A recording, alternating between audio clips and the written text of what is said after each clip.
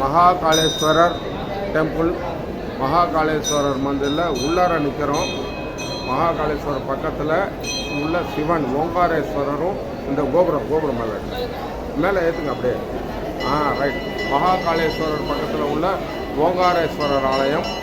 நாளை ஓங்காரேஸ்வரர் போகிறோம்.